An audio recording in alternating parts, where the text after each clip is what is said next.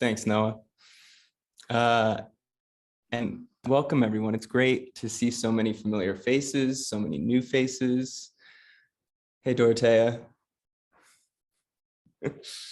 So this is the first time Dorothea and I get to teach together, and it came out of many things, but one of the things that came out of was a year-long socially engaged Buddhist training that Roshi and I were co-leading and Dorothea was a part of. And in the midst of it, Eve Marco gave a talk, and it really focused on the three tenets.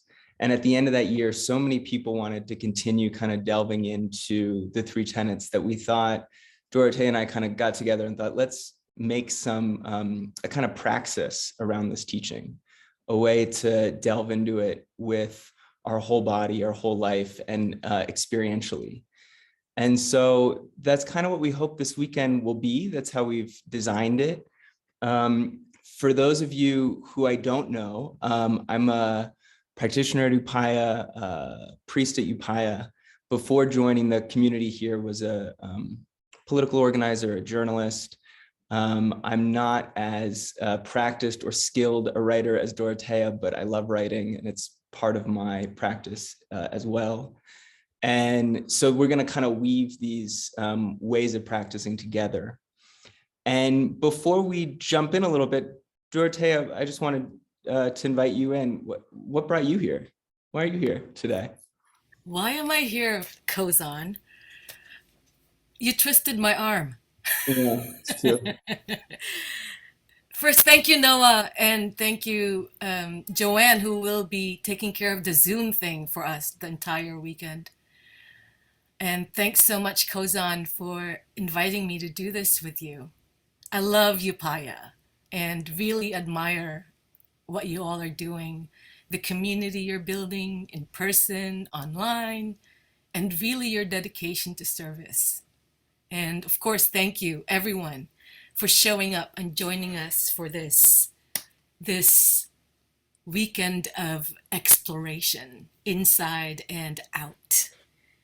I happened into Zen Buddhism in the late 80s. Maybe I'll tell you the story. I was a club kid and I happened into a Zendo. Anyway, and I was introduced to writing practice in the early 90s at a creative writing class on Saturday mornings at 9 a.m. at a community college in Manhattan. And the teacher assigned us as the class textbook, Writing Down the Bones by Natalie Goldberg. And in 2001, I went to a retreat with her at Zen Mountain Monastery in upstate New York. And since then, I've been studying with her. So throughout that time, from the early 90s onward, I was also involved in social justice work, community organizing, solidarity work with the Philippines. So in essence, though I didn't know this at first, and unbeknownst to me, I've been weaving Zen practice, writing, and service. It's a work in progress, and it's continuously weaving and reweaving and unweaving. And always, for me, always doing it with a collective and in community. So my intention for this weekend is to continue that work with Kozan, with Upaya, and with all of you. Thank you, Dorothea. So I should mention as we get started, as Noah alluded to, I'm recovering from 3 weeks of COVID. Dorothea was a sport. I said, I'm going to maybe not have the usual vivaciousness that I bring to gatherings and practice. And it's, it's a wonderful thing. It's kind of healing for me to be in this weekend with all of you. And I'm still in the just kind of slow thinking phase of recovery. So I might be a little slow, and I can't really control much in this state, which we'll find is one of the kind of sweetnesses of the practice of the three tenets, is just letting go of trying to control everything. And, I think we're delving into this very deep, rich, really the whole of Buddhist practice is contained in these three tenets. is contained in our Zazen practice, is expressed in our writing practice. But we don't have to take ourselves too seriously with it. You know, we're going to be going back to some writings from Bernie Glassman Roshi, who developed the Three Tenets as this expression of core Buddhist teachings. And as many of you probably know, he was ordained, was a Zen priest, started many kind of entrepreneurial endeavors in all corners of society, and eventually disrobed and studied clowning and kind of became a clown and really encouraged everyone in his surrounds to be serious but not take themselves too seriously, which was Dorothea and I have known each other 5 or 6 years now, Dorothea. She would come and help lead the sitting, walking, writing retreats with Natalie Goldberg. And immediately we found a kind of playfulness. Dorothea is just really fun and obviously a serious person, as you can tell, but always playful. So I hope that's our kind of intention and spirit in this weekend. So I'm going to say a little bit about the Three Tenets, and we'll start by sitting together. But before I do, I want to open up the chat stream.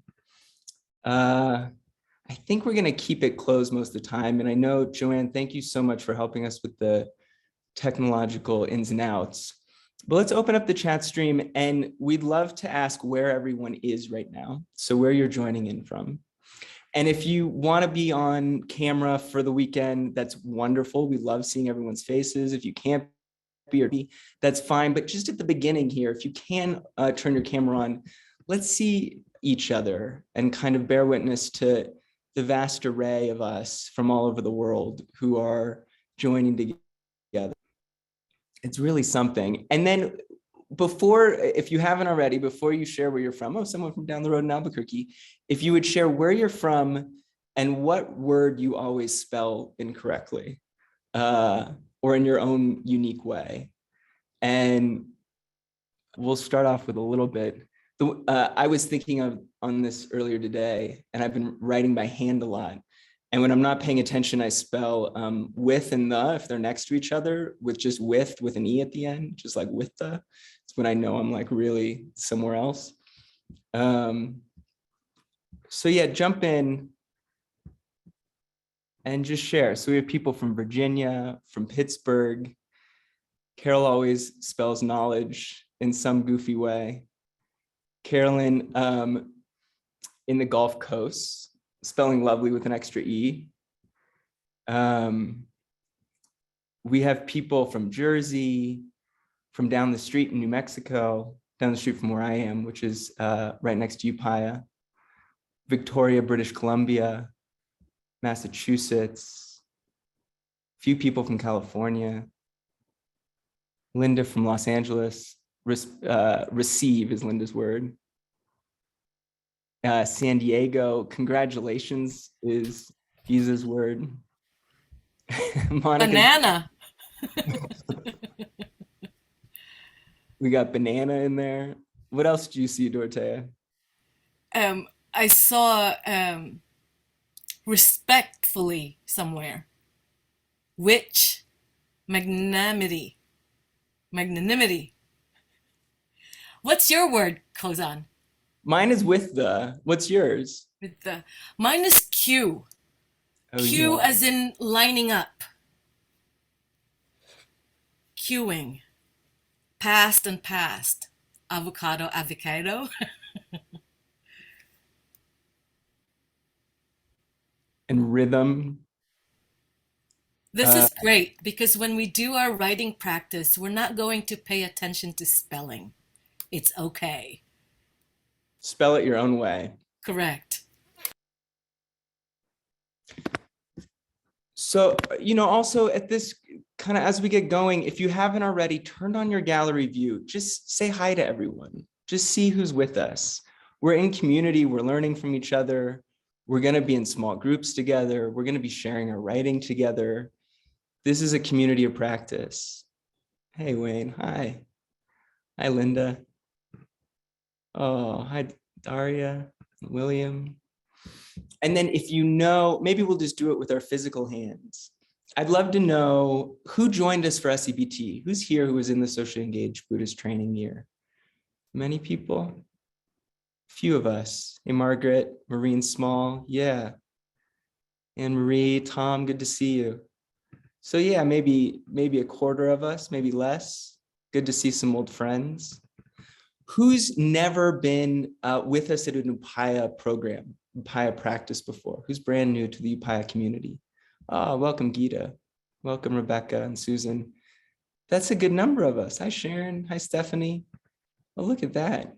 Well, beginner's mind is going to be a core practice for us. So you guys kind of get to do that naturally, because a lot of this may be new for you. And welcome to the Upaya Sangha, the Upaya community. And then who's like already joined Upaya for 5 programs this year? Who's old hat? Member of the Mahasangha. Hi, Margaret. Hi, Anne-Marie. Oh, of course, Tom. This is just a great way to see who's here. Hi, Carol.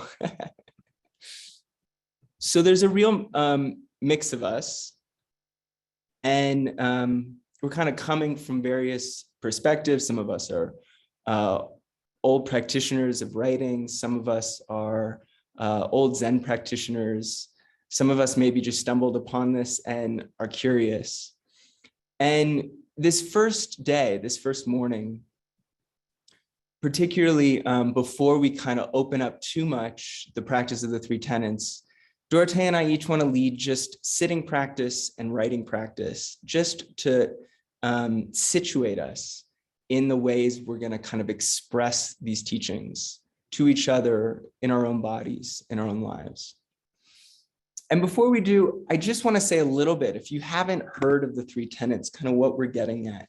And then we'll sit, we'll write, and then Roshi Joan is going to join us. I think she may already be on with us. Hi, Roshi. And Bernie Glassman Roshi, of course, was Roshi Joan's teacher. They practiced, lived together for many years, and she's going to kind of share with us the practice she received from him in the way that the 3 tenets show up in her life. So just a few words about the 3 tenets. You know, Bernie, who you didn't like titles and wasn't so stuffy, wore kind of pig suspenders when I met him. He really did a lot of translating of Buddhist language into language that wasn't so religious. And he thought, you know, the most important thing is not to create clubs where there's people who are kind of inside and people who are out of the club. And religious language has its use. It can be very kind of specific, and it has these deep themes that are picked up on generation after generation. But it can also be esoteric, right? It can be a language where if you're not in the know, you kind of don't know what anyone's talking about. And so he picked up the core teachings of Zen Buddhism, which are the 16 precepts, kind of ethical teachings of Zen and of Buddhism writ large. And he retranslated these 16 precepts. Now there's the first 6 are kind of the more esoteric of the 16. They're all of the practice is encapsulated in those 6. And the next 10 are kind of practical expressions of upright ethical life. So don't kill, don't lie, don't steal, ones that we'd be more familiar with across traditions. And so the first 6, the first 3 are what we would call taking refuge in the 3 treasures of the Buddha, the Dharma, the Sangha. And he retranslates these very directly. No Buddha, no Dharma, no Sangha. He just says, first, I vow to be oneness. So that's the first one. That would be the Buddha. I vow to be, to express my life as oneness, one with all things, not separate. The second one being, I vow to be diversity. I vow to realize that actually we're all unique, we're all different, that diversity is what is the kind of specificity or stuff of that oneness. And then I vow to be harmony, to express my life as the harmony between oneness and diversity, which would be the Sangha. So those are the same 3 teachings, but very direct. And then with the next three precepts is where we get the three tenets from Bernie. And so these three precepts would generally be translated as, I vow to not do harm, right? I vow to refrain from causing harm or doing harm. I vow to do good, and I vow to do good for others. This is a very broad teaching, but kind of course, everything's within it. And it's very rich, as simple as it is. And he thinks, maybe that's too vague. So let's bring it down to earth. And this is what it meant to him. He said, these three teachings are really, I vow to penetrate the unknown. I vow to bear witness. I vow to heal myself and others. And these became kind of the ballast, the central practice of the Zen peacemaker order that he founded with his wife Jishu a few decades ago. And so these are generally referred to him as not knowing, bearing witness, and compassionate action, which is what they became kind of later in his life. And they'll be what we explore this weekend. And this morning we'll sit, we'll write, we'll talk a bit about this, and then each session, we'll have 3 more sessions, one this afternoon, 2 tomorrow. Each one will dedicate to one of the tenets. So this afternoon will be not knowing. Tomorrow we'll dedicate a session to bearing witness and to compassionate action. And since all 3 are kind of included in each one, they're not really separate practices. These are really going to be doorways. Each session is a different doorway through which we get to know and express the 3 tenets. So Bernie said, these being his kind of central teachings, he said, as he was getting the Zen peacemaker order off the ground, he said, I can't tell you how to make peace, but what I can tell you is how to give up our certainties and live a life of fearlessness. Or as we say in the Zen peacemaker order, how to penetrate the unknown, bear witness, and heal ourselves and all creations. And so this is the ethos, the spirit of the 3 tenets. And I think in that way, we're going to practice these, and in so doing, hopefully we explore some really fundamental questions. These are questions we come back to a lot in Zen practice. And the questions might be understood as, what keeps us from feeling separate from each other? What keeps us from thinking that we know the right way? What keeps us thinking, rather, that we know the right way? What keeps us from seeing our unity, that oneness, from appreciating everything as it is? And what are the practices that help us and help all beings experience our interdependence, experience this life as not separate? And so we won't bring kind of logic to this. There won't be a lot of like figuring out. There'll be a lot of delving into these questions and seeing what expressions emerge. So in that spirit, I'd love for us to sit together. And if you've never sat before, I'm going to kind of guide us through it. And if you have sat before, you can just pretend you never have, and we'll see if this is new and different than it's ever been before. So as you can see, some people are kind of shifting their posture and sitting up straight. Wherever you are, just find a posture where your spine can be upright. If it's just kind of scooting back in your chair, or if you're on a couch and you want to sit forward on the couch, or if you happen to have a cushion or a bench, a place to sit, finding a space where you can sit upright. And so much of our Zazen practice is just actually this posture, which is to say, we're not avoiding or kind of sitting back, just watching life or the world. We're not kind of slouching, bag of laundry, as Roshi Jones sometimes calls it. And we're not kind of aggressively leaning forward, trying to capture our life before it comes to us, trying to capture the next moment before it arises. There's just equanimity, a finding the center of our body, the center of balance, and feeling that place of uprightness, of rest, is also the center of the world. You can kind of feel that axis. Maybe you want to rock side to side or back and forth, feeling kind of where that center is for you. And you can have your hands on your knees or your hands in the cosmic mudra, this oval we would make, resting at our belly. And our shoulders are back. And maybe even as we get started, we'll kind of reach up to the sky with the crown of our head.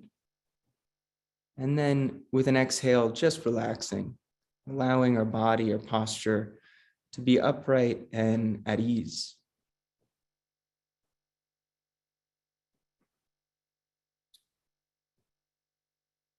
And you may wish to close your eyes. Traditionally, we would keep our eyes open, our chin down a little bit, looking forward.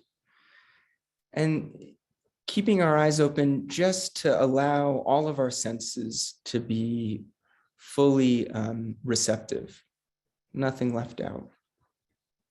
We're not kind of looking at anything in particular. You may even notice the periphery of your vision, which just allows the gaze to be open. And having found a posture in this way, feeling this strong rooted back, soft, flexible, welcoming front. Take a few deep breaths.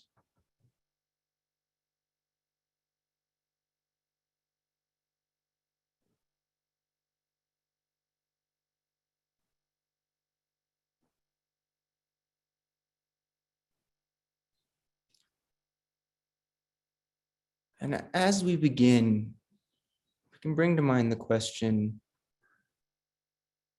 why am I here? What is my intention? And it may not be words that arise, it may just be a feeling. And this feeling is the sense of sitting with all beings. We're not closing off or going kind of in and away, opening up. And if that's hard to sense, you may think of someone in your life, someone in your community that's facing difficulty, hardship, maybe illness, maybe they've lost someone. And that sense of coming alongside, that sense of compassion in the chest and the body that arises naturally when we bring that person to mind.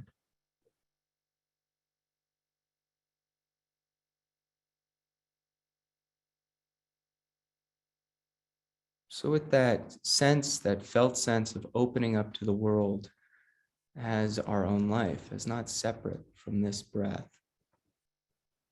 we can put that kind of intention beneath us, the ground on which we sit, and bring our awareness to our breath in our body. Allowing the breath, wherever you find it in the body, to be like a touch point for the awareness, like an anchor of our awareness.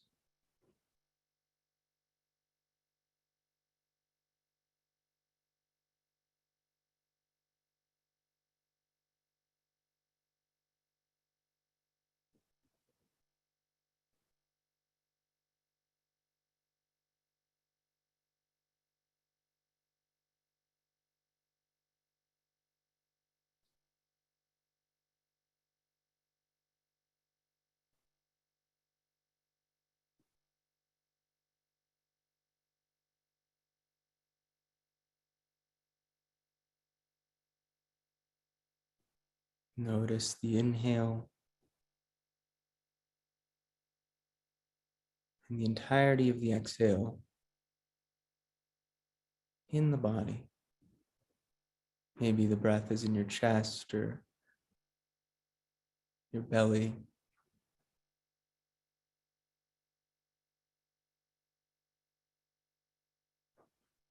Our mind likes a story, and so in a way, the breath is the simplest, most intimate story. This rising and falling, this coming and going. And so we allow our awareness to rest in this continuous motion with all of our sensations and thoughts arising and passing in that context. So as thoughts arise, allow them to come. And if we don't hold on to them or add stories to them, they'll come and they'll go. And we can watch like noticing clouds in a vast sky, always returning to the breath and the body.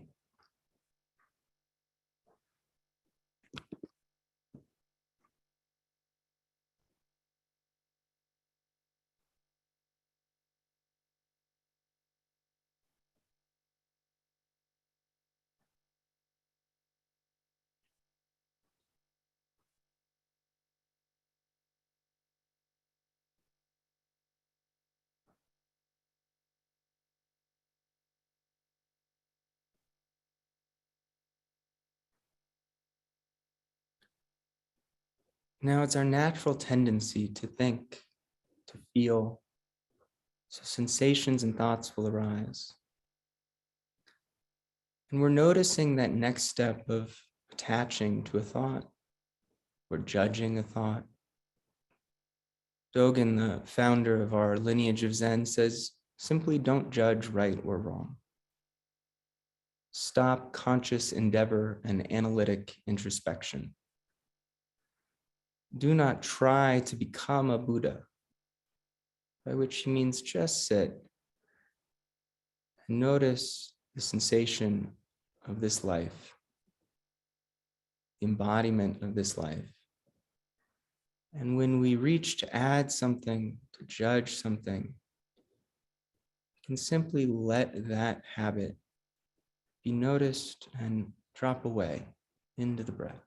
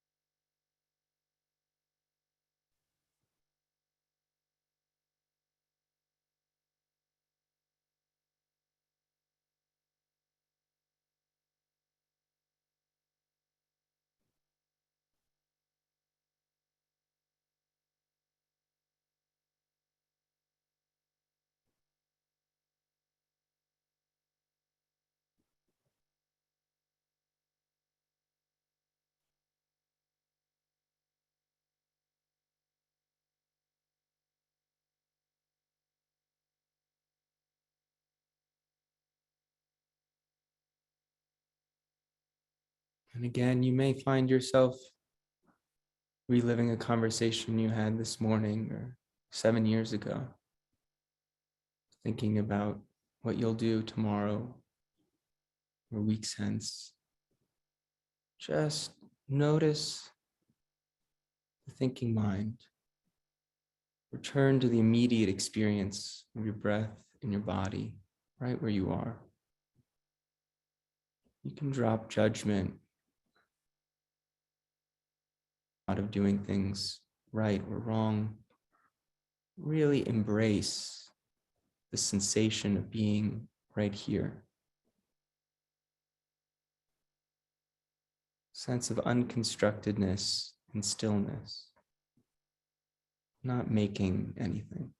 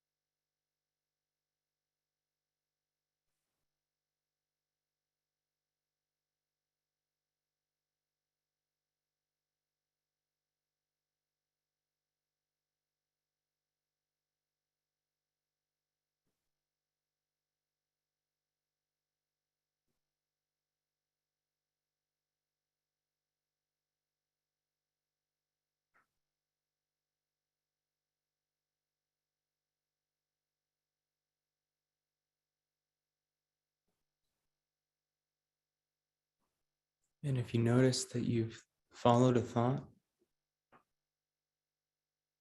simply return. And in returning, you might notice that your posture has listed to the left or the right. Maybe your shoulders have slumped. That our floating away occurs in our body as well as in our mind. And so as you return, maybe just in the slightest way, sitting up, feeling our posture, and returning to the breath.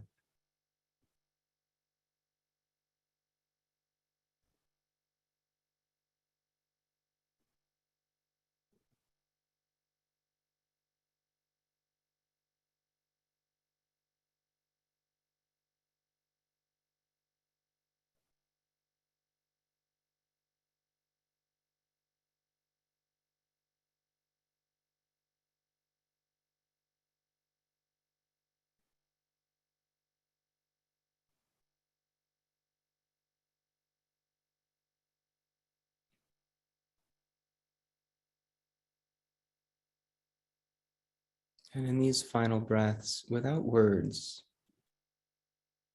notice what's here.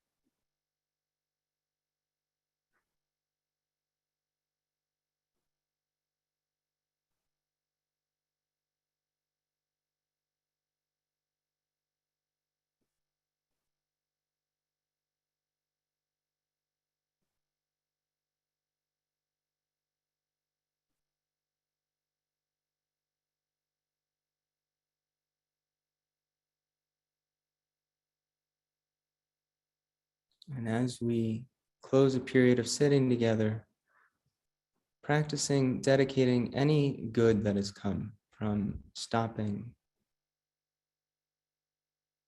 being in this community of practice to the benefit of all beings, maybe to the benefit of whomever you brought to mind as you began to sit and recalled your intention.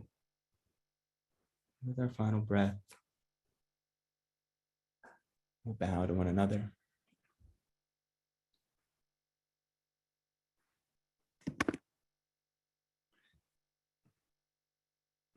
So thank you for delving into that, straight into practice. And, throughout the weekend, we'll touch back in and kind of touching into a space, a kind of home of not creating anything, of not making anything extra. How frustrating that can be for the habits of our mind or for the habits of our life, which is usually a habit of creating, of doing. And also how healing that can be to simply stop and to notice what's there. So we'll drop back in. I'll probably lead one meditation tomorrow that's guided, but we'll just drop back in together mostly in silence. And in the morning and the afternoon every day, it's 7 a.m. Mountain Time, at 5:30 Mountain Time, the resident body Upaya will be sitting and doing liturgy for an hour, which you're all welcome to join. It's a wonderful way to kind of begin and end our days together. So it'll be on the same Zoom link as we have here. So with that, having let the kind of dust settle a bit, Dorothea, I'd love to hand it over to you for writing practice. Thanks for settling the dust, Kozan, because I'm going to stir it up. Let's stay with that energy, that kind of stillness, that quiet mind. It's so wonderful, isn't it? It's such a refuge. And as you'll discover, if you haven't already, sitting meditation is really an integral part of writing practice. There's really no separation. And I hope you experienced that when you did your assignments. Wink, wink.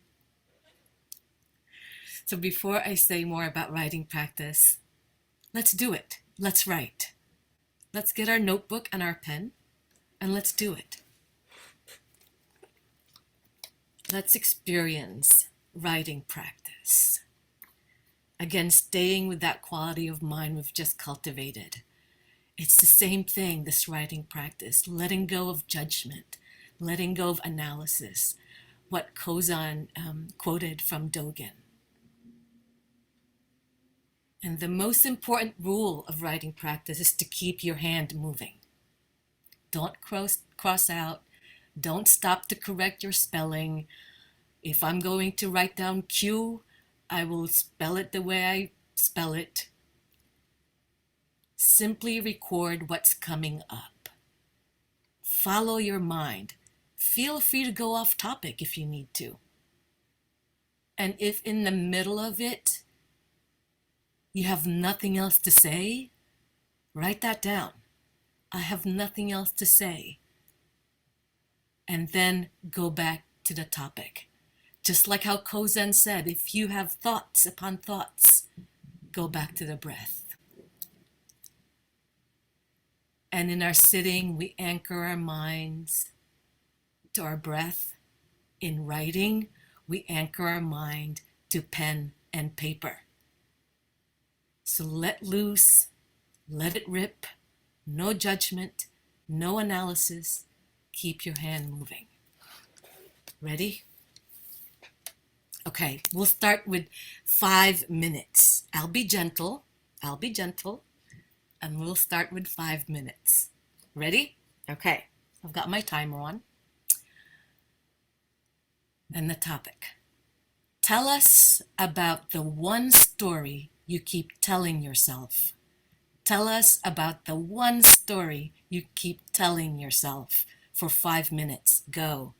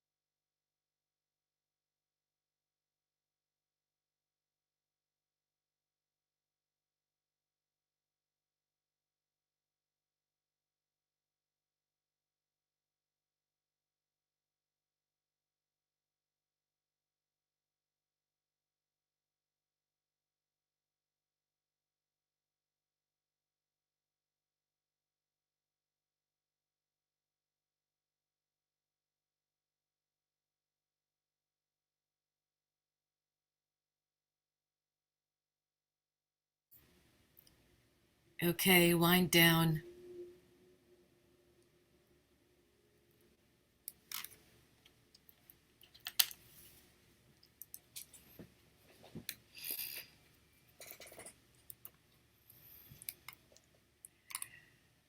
Let's do another one. You can flex your wrist and your fingers. Okay, because we will be doing a lot of writing this week. And it's not week long, sorry. It's weekend. Okay, this time, 10 minutes. Let me change my timer.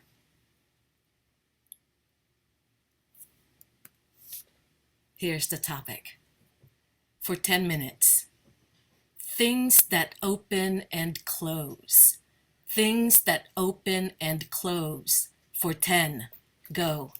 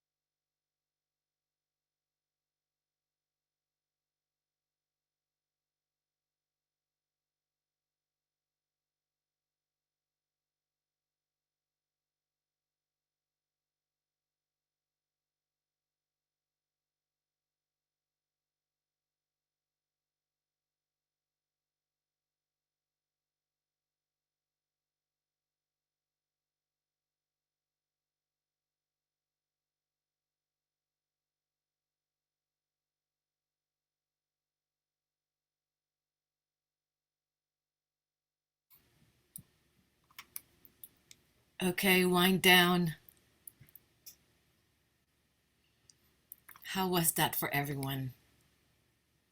Good? Thank you. And really, no one's grading this. No one's looking over our shoulders. So, yeah, every time we write, just let it rip.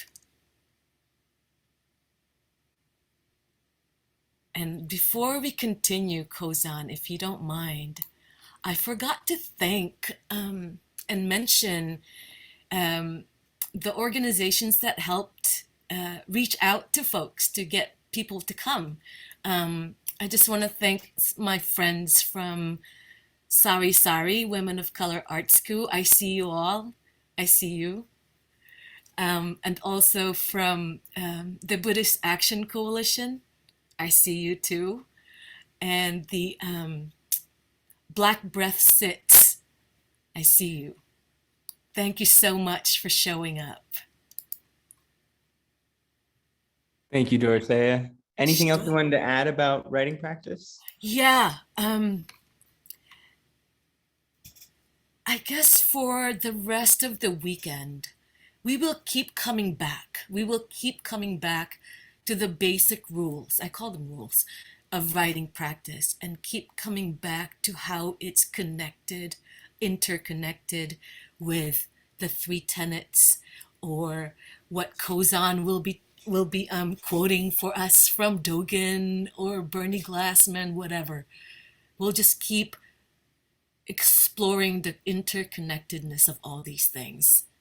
And, feel free to jot down reflections and notes. Ooh, that's connected. Oh, I can see how that could be that too. So we're all kind of, having inquiries together, exploring together, really. So, Kozan, hi, Nancy. Um, that's it for now. And we will have some more later. Dorothea, can I add one thing? Oh, of course. Um, so we're going to take a little break. And before we do, we've had this chance to kind of drop below, to some degree, I hope, the usual kind of chatter of our daily life. And we've had a chance to exercise our writing hand and show up to the specificity of who we are and what's here. And before we continue, this is kind of like the calisthenics of the praxis we're going to engage in for the next day and a half. Before we continue, I want to invite everyone to write down one final thing, which is your intention for this time, this weekend. What brings you here? Why are you showing up? And what intention is the North Star of your practice and your activity of being a peacemaker for this weekend, which is also, the intention that infuses each other in our lives. So just take a minute, I'll time us, and allow it to be short or long, and put pen to paper.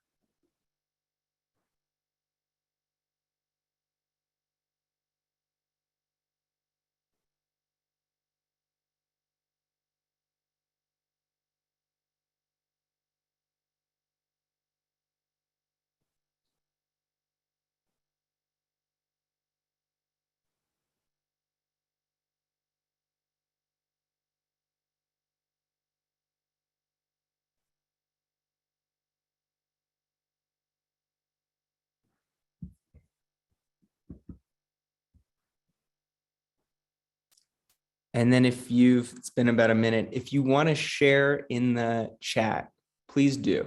And we'll open up the chat. If you want to, no need to. This can be a personal intention. And with that, we're going to take about a 10-minute break, and we'll be back. Take care of your body, get some water, stretch, get outside for 5 minutes. And we'll come back at what's 10:40 Mountain Time. So come back, a minute early if you can. So we're all settled, and we'll start off by hearing from Roshi Joan. So see you all then. Thanks, everyone. Don't know Roshi Joan. She's the founder and abbot of Upaya Zen Center, my teacher and friend, and has been practicing and studying Zen for many, many years. And that included many years with Bernie Glassman delving into this teaching of the Three Tenets. So Roshi, please, kind of first dive into this. Thank you. Oh, it's so good to see you, Kozan, and also looking a little less peaked. We talked a few days ago, and it looked like someone had opened the spigot in Kozan's arm and slowly drained the blood out of him. Now you're pinking up, a good sign. I made it. Yeah, you made it, but boy, what a journey. And Dorothea, my dear Dorothea, thank you for inviting me to do this. So I want to just say a few things. One is that it is really fun and challenging and rich to bring writing practice together with Zen practice. Because, you know, most of the writers I know live in their head, and also they think a lot. And there's nothing wrong with thinking, and there's nothing wrong with living in your head. But in Zen, the true world that we occupy is in the body, through the body, and in the body of the world. And so bringing Zen and writing practice together is a way for us to drop into a pre-conscious space, a space that is characterized by some quality or process of curiosity and openness that is so special and so important, and particularly in our world today. As Kozan mentioned, I've been in this practice of Zen for many decades. I turn 80 in a few weeks, and I began my own practice in the mid-20s. And I was a book Buddhist, and I was a socially active Buddhist, and I was deeply influenced by Thich Nhat Hanh, whom I encountered when I lived in New York. And I thought, wow, this is so far out. You can be a contemplative and a social activist. That's just radical. And it changed my life. And I've been following that thread now for 50 plus years. But I didn't have a formal teacher until the early mid-70s. And that teacher was a crazy Korean guy, Dae Sansanim Sungsan. And he taught this kind of radical way. He wasn't particularly socially engaged, but it was a hard Korean practice, you know, kind of typical of the mountains. And he would say things, only keep don't know mind. Oh my God, what is don't know mind? What do you mean? I went to prep school, I went to church school, I went to university, I went to graduate school, and I've got all this stuff kind of filed away between my ears. And this guy is telling me don't know mind? What? What is this? That is the stupidest thing. And then when I would go in for Dharma combat, that would be the Zen interview, he used to hit me with a stick and he'd say, you must become more stupid. And it was like, really? You know, my family spent thousands of dollars giving me an education. I'm a person, you know, who happens to have been born in a woman's body, and I know how you rank up in the world because you're smart. And this guy is telling me to become more stupid. And this was like very discouraging, but interesting to me. So I am grateful for those years of practice with that particular teacher. And I returned to practice with Thich Nhat Hanh, whom I had met in the mid-1960s because of his dedication to social engagement. And that was a very rich phase of my life. I'm incredibly grateful for what I learned from Thai.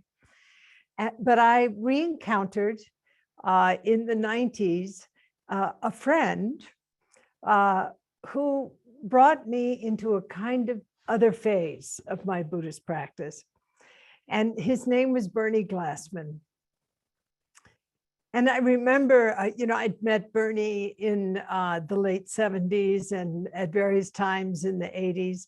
And it was, one of those things where very kind of super smart aeronautics engineer, very entrepreneurial, but also imaginative and kind of odd.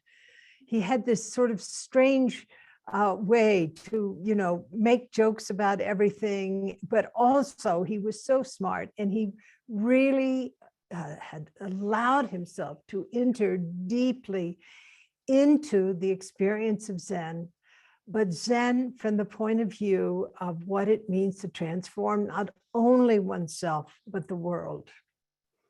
And it was in the early 90s, he and I were sitting across from each other at a reception for the opening of a Zen center. And he started to talk about what he and Jishu were doing, which is they basically abandoned the mansion on the Hudson that was the Zen center at the time and had moved into the slums and were living a very different life based on an experience in the mid-90s of sitting in January on the steps of the US Capitol and asking themselves, what will really serve? What will really serve? And this was so Bernie, just to give up the mansion and to move into a row house. And as Bernie was telling me the story, he also shared with me this structure that you all are following, exploring, working with this weekend. And that is the Three Tenets. Now, let me just say, having spoken about the Three Tenets, having my students write about the Three Tenets, I want to just say, you spell it Tenets, okay? Some people spell it Tenants. So, when Dorothea or Kozan asked you to share a word that you misspell or approach in a kind of weird way, let me tell you, this word tenants is often shared with me as tenant. So understand, a tenant is a person who occupies land or property that's rented from a landlord. So we're not looking at the three tenants, though there are many tenants in New York, as Dorothea well knows.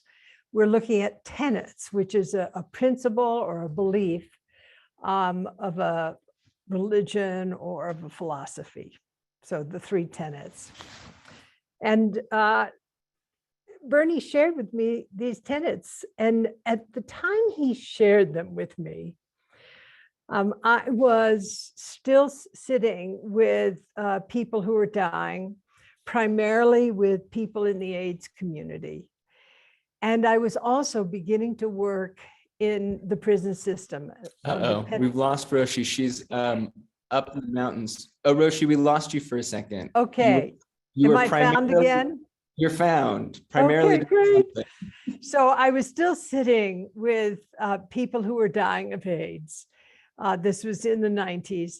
And I was just beginning to work in the prison system on death row and maximum security in the penitentiary of New Mexico. And when Bernie shared the three tenets with me, I was like, yeah, I totally get this. This is so important because what you bring, or what I often was bringing to the bedside or into the prison, were my opinions, my conceptions, my attitudes, my thoughts. And the thought of bringing as the very foundation, the first tenet of not knowing, of being more stupid, was so radical to me, but so right. So the three tenets are not knowing, bearing witness, and healing or compassionate action. Not knowing, bearing witness, and compassionate action. And being able to really drop into this kind of openness, this pre-conscious state where one is not filtering through our opinions, through our desires, this present moment as it is. And I think about a translation that Bob Thurman made of the Vimalakirti Sutra. And it's a phrase that Vimalakirti uses, a tolerance for the inconceivable. This was the not knowing of my first teacher.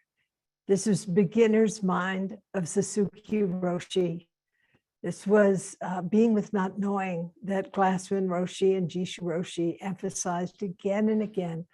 What is it to really drop into this kind of deep openness without having our opinions mediate our perceptions, mediate our sense of the world?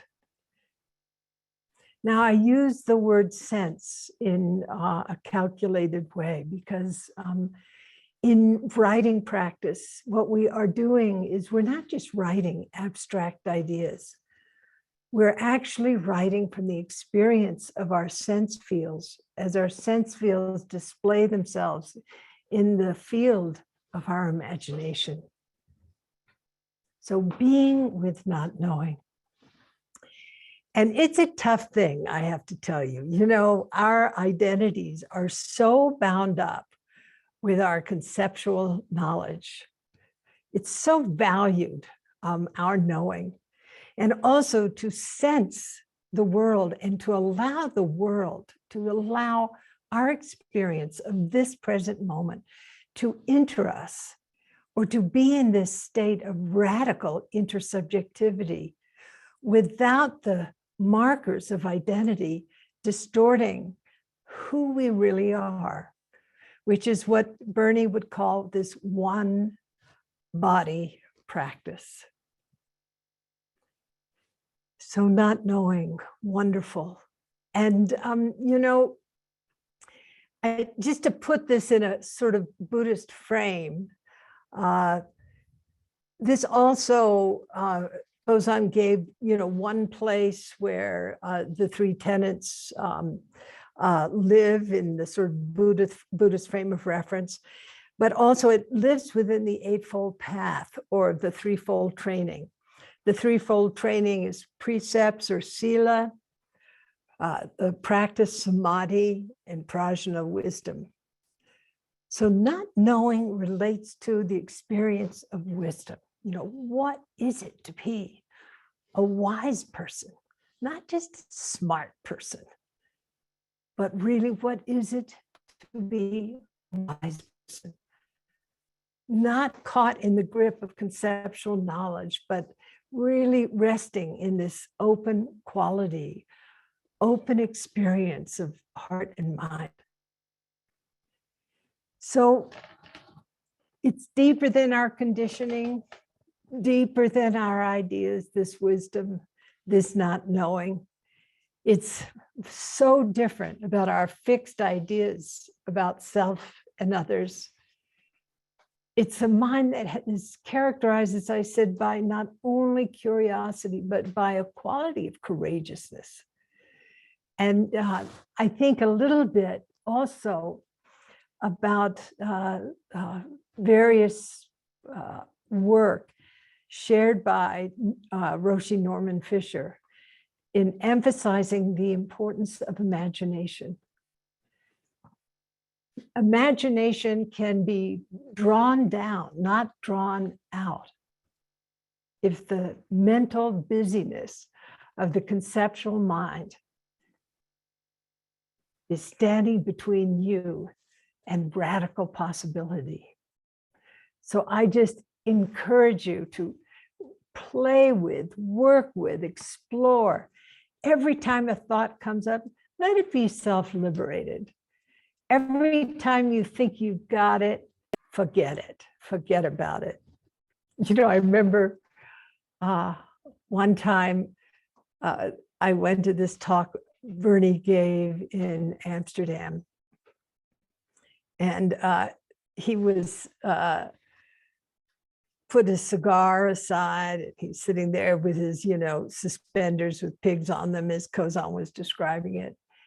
And he was saying, I have one really serious addiction. And I thought, I must be to cigars. And he said, I'm addicted to myself. I thought, oh, right. We're so small self-referential. And when Kozan introduced meditation practice, what he did was he said, look at your motivation, really why you're here, as a way to move us apart from, or give us some distance from our self-referentiality and into this one body, that we're not separate from any being or anything.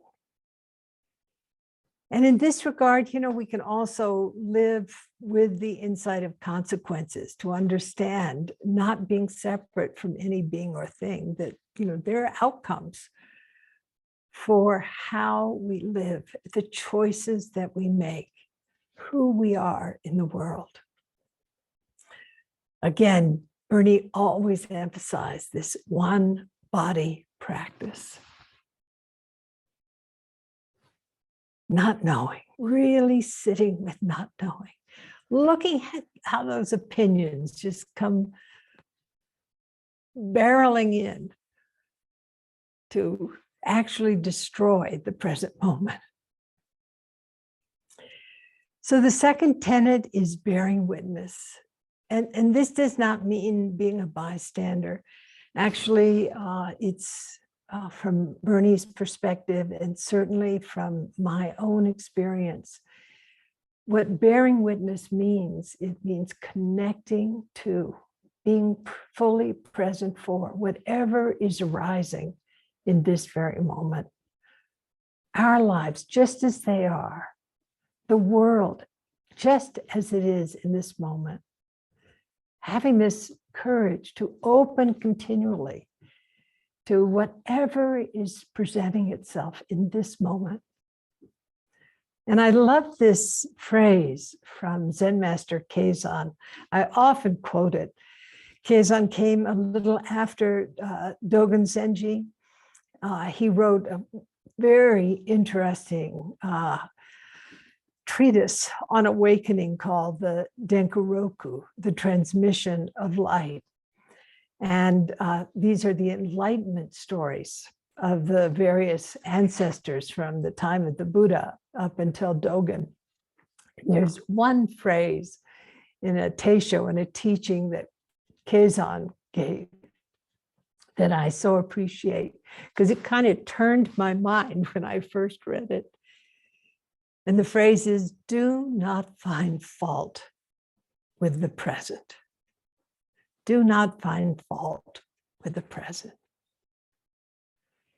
And gosh, we live in a world of moral outrage, of opinions, of responses and reactions to the injustices of the world. But what that does in a certain way, these opinions, it takes us away from the truth of the moment as it is.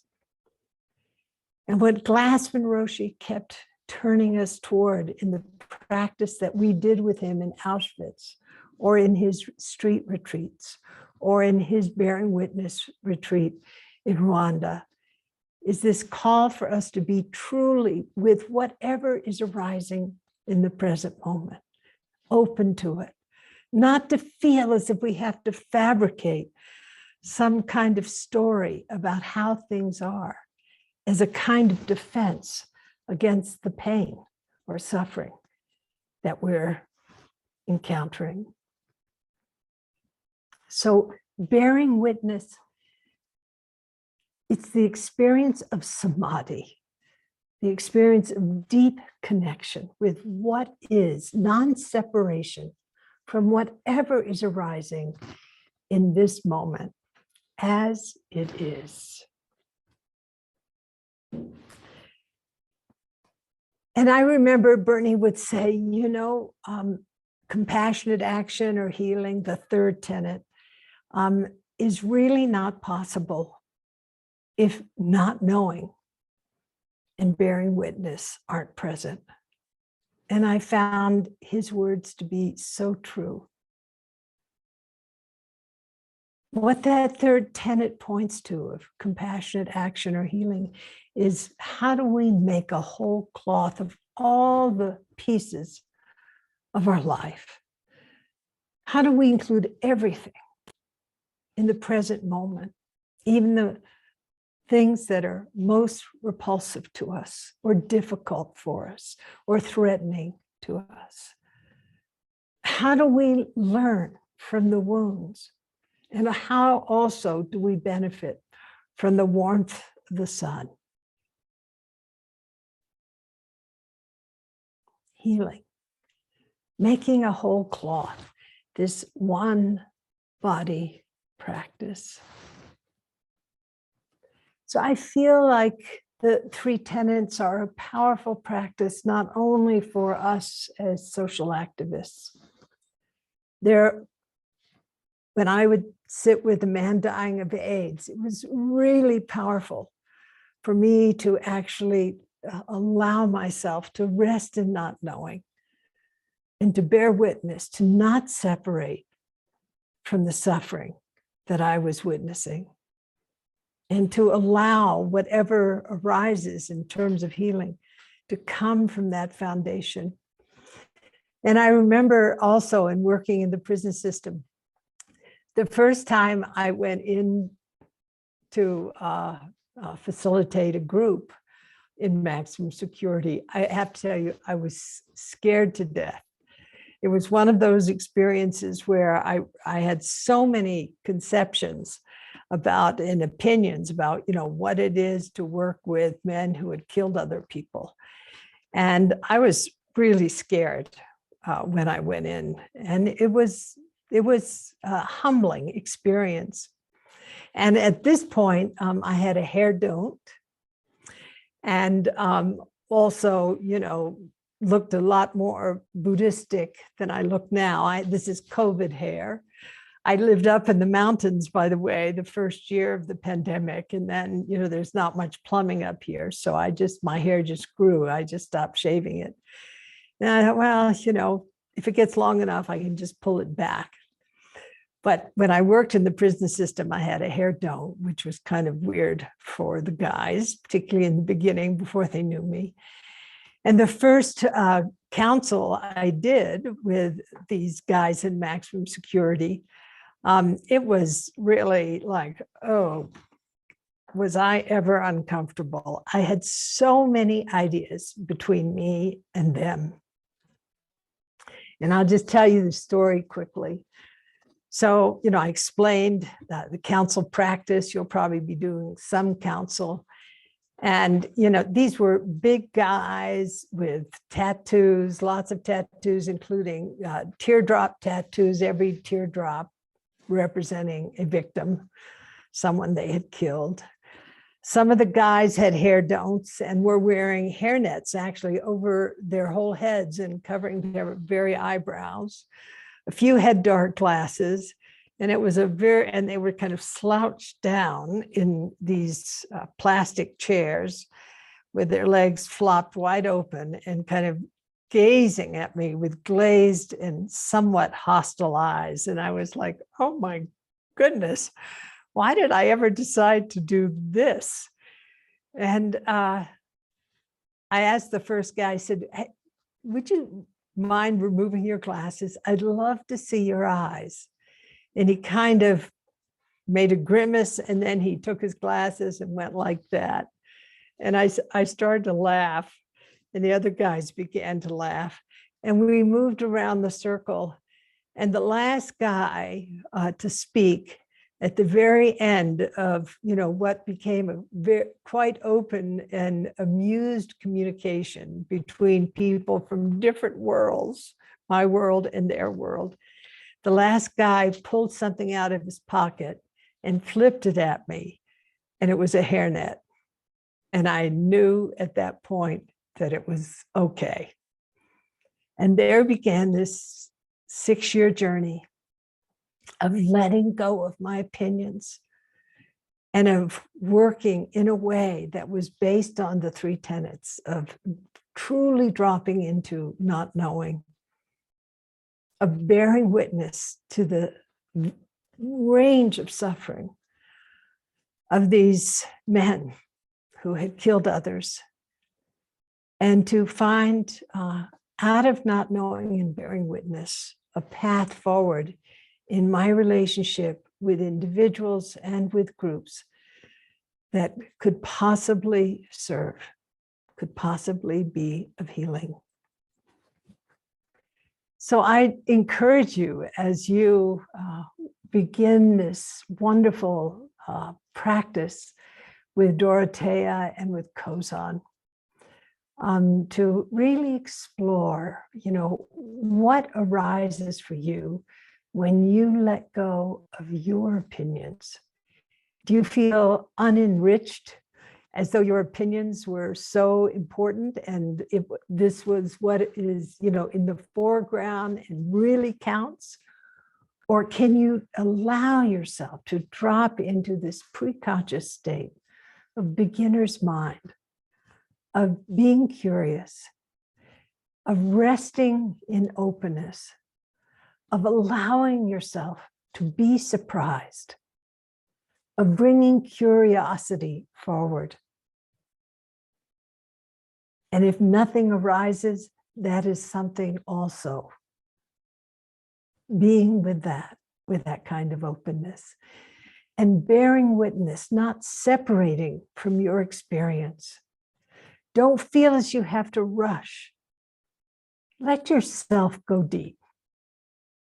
Just as I sat with those guys in maximum security, just allowing myself to drop down and letting this kind of humility, not feeling as if I have to control everything, but being one with whatever is arising in the present moment. And then allowing healing or non-separation to guide you, to guide me in how we express this in the world. So I'd love to take a few moments with you to explore any questions you might have, if that's okay. And there's a reactions button. I'm just going to look on it and you'll see, there are hands and hearts and thumbs, and any reaction is good. Okay, Dee Dee. Okay. Yeah, hi. I wrote so many things down, and my brain is like, whoa, with everything that's so wonderful that's happening. I grew up, my mother was a naturalist. I learned the Latin names of things as a child. And I'm definitely a devotee of Joanna Macy. And so I'm just struck by, I just hear, I don't feel like I'm that far out even, but when I just hear a lot of people speaking in a spiritual way, spiritual talk, and Zen is completely new to me, by the way. I've been practicing Tibetan Buddhism for quite some time. Always missing to me I mean, even the Bodhi tree, you know, people go and visit the Bodhi tree because the Buddha received enlightenment under the Bodhi tree. But the Bodhi tree gets very little attention compared to the Buddha. And I mean, I haven't been a kind of person who's chained myself to a tree, but because of my early love for nature and my continuing love for nature, I just talk about a disconnect, a somewhat ignorance. We are suffering so now. So much of nature is suffering. It seems to me the attention should be to a large degree on that. And let's see, what did I wrote down? Oh God, what is it here? You know, okay, yes, the what will really serve. That's why I see that's my intention today in being part of this, of knowing what will really serve. To me, it sounds like we are, with all this spirituality, we are still so human-centered. I love the bearing witness and connecting to all the three tenets. They seem absolutely brilliant. And although I would add joy to the beginning of each one, joy, oh God, I'm so new to this. Joy, what? Joy in front of each one of the tenets, because human beings don't tend to, especially kids. We can look to kids who are, by the way, are also, we can look to for models of non-conceptual thinking. See, I'm getting out there. Wait, let's just stay, hold Okay. on. All right. I love what you just said. Joy in not knowing, Yes, joy in bearing witness, Right. and joy in healing or in the path of service. Didi, I think Right, that is because so people- wonderful. well, because you're not going to get people to do anything I mean, I've always thought that in terms of these teachings about Christ. I mean, as a teenager, I went in and out of churches in Europe, especially Germany, and they're like, oh, the crucifixion with the blood, and oh my God, you know. But I always thought, for heaven's sakes, he wouldn't do it unless he's supposed to be saving human beings, like from sin. What isn't that a noble cause? How could he not be joyous? You know. And in terms of the present state of the environment, I say, no, it's back to business even after COVID. It's like, you know, even with World War II, people prided themselves, right, with victory gardens and rations or whatever. I'm beside myself, really. And So of let's course, not take a knowing. breath. Okay, Let's take a breath okay. and just see if we can, for a moment, sense into Didi. Hold you, Didi. Be with you. And also think of the Bodhi tree, roots deep in the ground. The trunk of the tree, exemplifying our capacity to be upright in the world. And the crown of the tree, opening to space.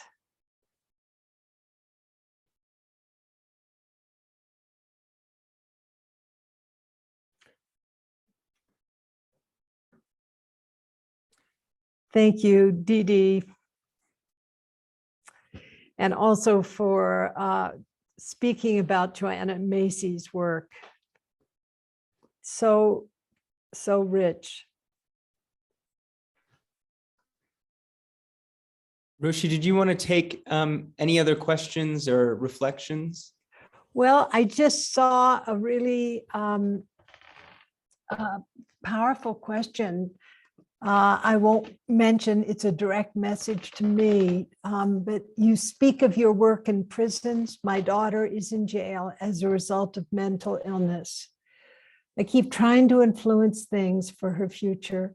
My heart breaks, and I've done nothing valuable unless it's loving her. How do I let go of the impulse to save her life as though I could?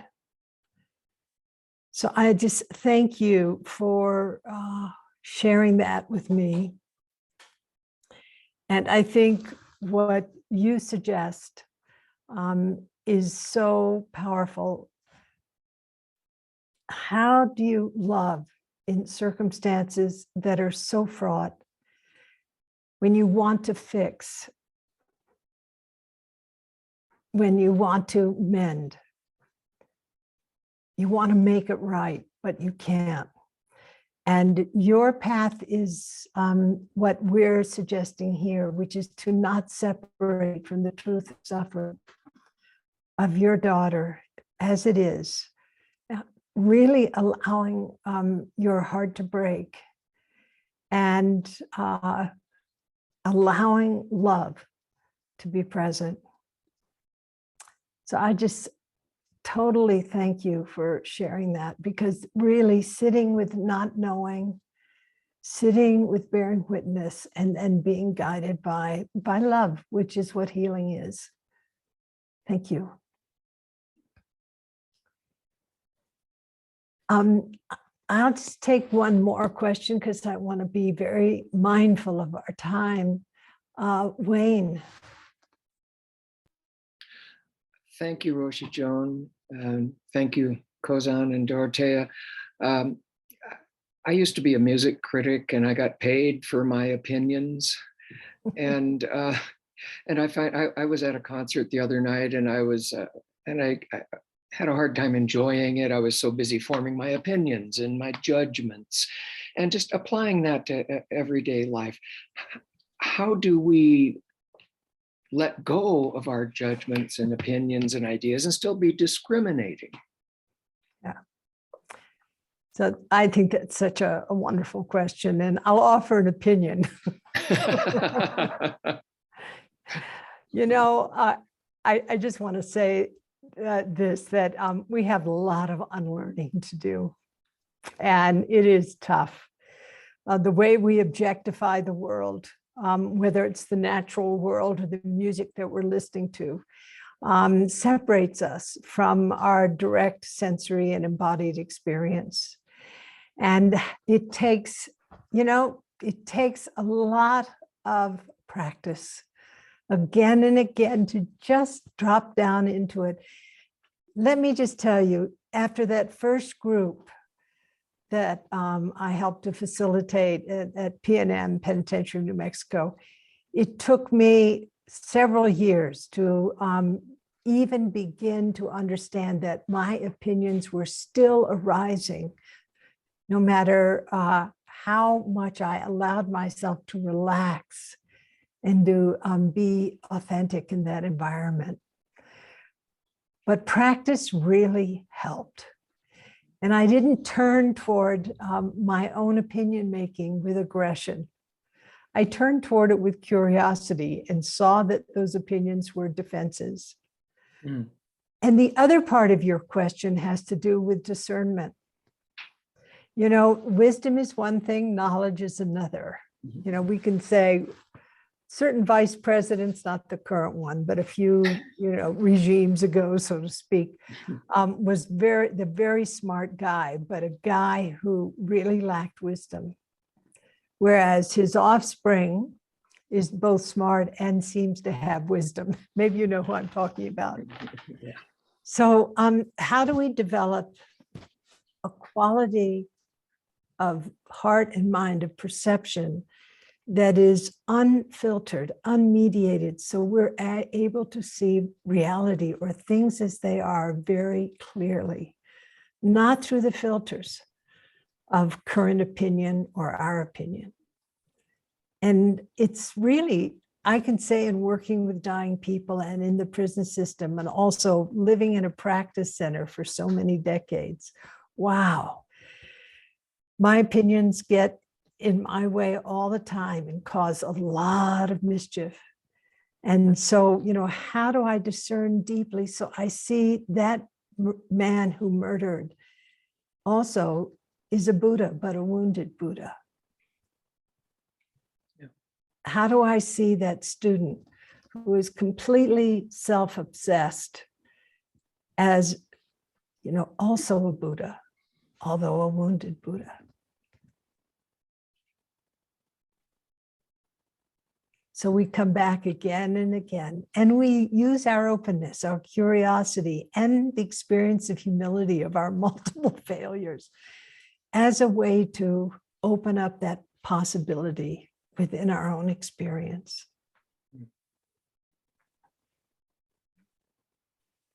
May you be free from the critic, but may you enjoy the process of being free from the critic. Thank you. Thank you, Wayne. Mhm. So Kozan and Dorothea, thank you so much. Thank you, And Roshi. it's wonderful to be with your friends here. And just so you all know, I'm up at the Prajna Mountain Forest Refuge at 9,400 feet. Big, heavy clouds carrying rain are slowly moving toward our valley. I can hear the thunder. I'm not sure you can.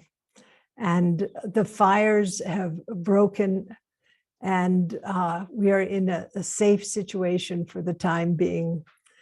And I thank you for allowing me to share this connection with Bernie and his wonderful teachings on this morning. Thank you, Roshi, inviting us into the heart of this teaching, this practice, the way you do, and your decades of experience with it. Really a gift to start off this way. So thank you for joining us. We release you into the mountains in the Aspen Grove. So let's just take a breath together. Maybe for yourself, just recalling and allowing to settle into your body what those words that Roshi shared with us in her stories, her experience, the wonderful questions from Wayne and Dee Dee. What is with you in that? What you recall and what maybe resonated?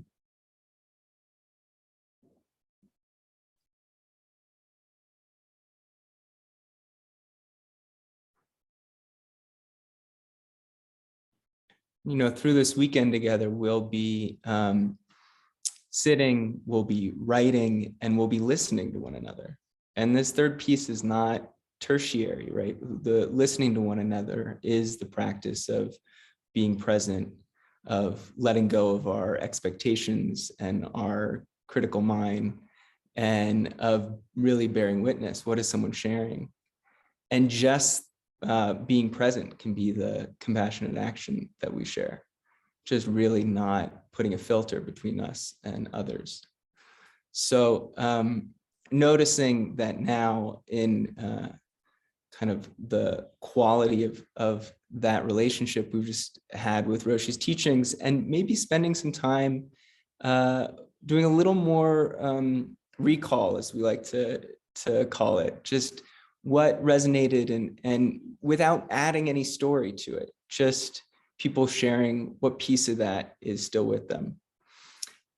And maybe actually not in the chat. Dorothea, what do you think? Can we do this live?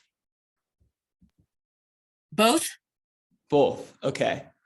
So feel free to add in the chat, and as close to the words you heard or the sense they brought as you can get, really just recalling. And then if people want to unmute, actually, we'll read it out. It might be chaos. I mean, fun chaos, but it might be chaos. So we'll read out what people share. Okay, Teresa says humility. Diana, returning to the breath. Andrea, joy in not knowing what will serve or what will really serve. Every time you think you get it, get rid of it. Ooh, this is going fast. Spaciousness of not knowing. Desiree says, dropping down again and again. And Monica shares joy, love, and being with the inconceivable. Margaret says, how do we learn from the wounds? Wounded Buddha. What is it to be a wise person? Guided by love. Cheryl says, without filters. Bonnie says, if nothing arises when you open to what is, that's something. May I be free from the critic. And Cynthia says, become more stupid, as Sansanim had said to Roshi in the early days. And Deborah says, we have a lot of unlearning to do. And someone says, I see lots of writing topics here. We can all save this chat. Yeah, and I was really moved, Dee Dee, by your suggestion that we add joy before each of the three tenets. You know, the importance of these teachings being a joyful practice can't be overstated. So thank you for reminding us of that. And Wayne, you really brought us into the importance of discernment. You know, that sitting practice is kind of the space where we can let go of all judgment. We don't have to do anything. We don't have to make anything. But in our daily life, maybe we discern after letting go that we don't like the music we're listening to and we leave. You know, it's like we have to know what to do next. And so we're getting rid of the filters to know, okay, what's the right response here? So thanks for bringing that into the discussion. So Dorothea, where are we going? We're going nowhere. That's right. We're right here. If we're going nowhere, we're not going to get lost. So we're staying here. It is time check. It is 1:30. We have almost 1:30. We have about 45 minutes. That's Eastern time for those. Eastern, yeah, sorry, Eastern time. And can I just take a couple of minutes to share what's coming up while I'm reflecting on what Roshi shared with us. She shared about her time with her teachers, learning while in compassionate action. So that's one thing that is coming up, is that this is not a linear kind of practice. You know, we can't, you know, we start off with not knowing and then bearing witness and then compassionate action. And it just reminds me that it's circular, that as we bear witness, we continue to not know, that as we do compassionate action, boy, we bear witness. And then we learn more about how to be in that not knowing mind or don't know mind. And I also am right now, what's coming up is, well, let me just tell you that when Kozan first invited me to do this, I was very excited because, like I said, I didn't know before. It was something that I was really trying to weave, you know, Zen practice, writing, and social justice work. And it was really exciting. But then a few weeks later, I thought, oh my goodness, what the hell did I get myself into? I don't know how to articulate Dharma. You know, I can't quote Dogen. I can't, you know, like all these tenets or not tenets. I don't have them all memorized. Oh my goodness. I haven't even taken my precepts. Oh, wow. So monkey mind, we'll go about monkey mind later. It was just a lot of these judgments and analysis in my head. I was living in my head, like what Roshi said. And I was just thinking too much.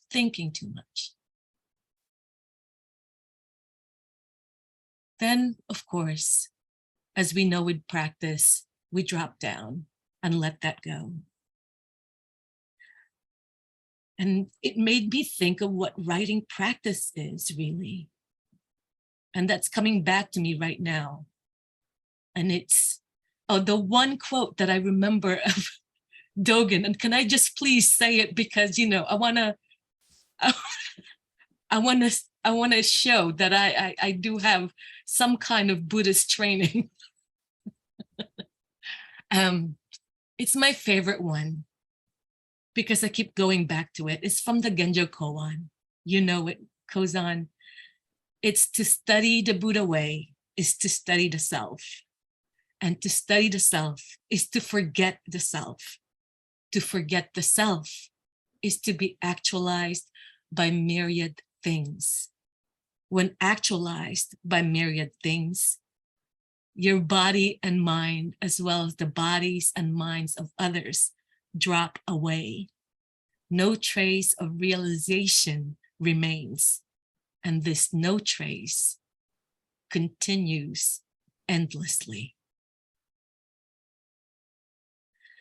And that for me is writing practice. It's the continuous studying of the mind, which is to say, the big self.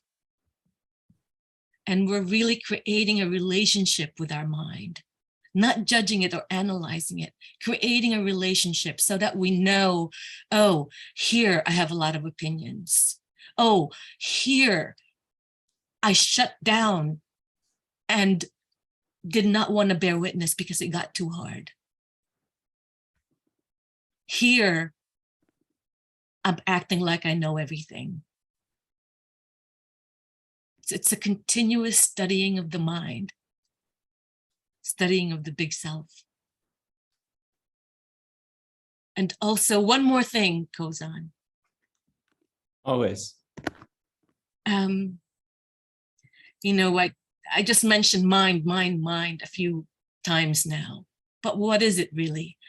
And I remember reading and also maybe listening to some of the programs here at Upaya. What is the mind really? It's not the brain or the thinking. And I think that Dogen's character for the mind, it's not really mind, it's heart mind. So when I think of the mind, when I say mind in writing practice, it's your heart, your mind, the environment, the Prospect Park across the way from me. It's everything. And thank you, Didi, for saying what you said earlier, that we are too human-centered sometimes.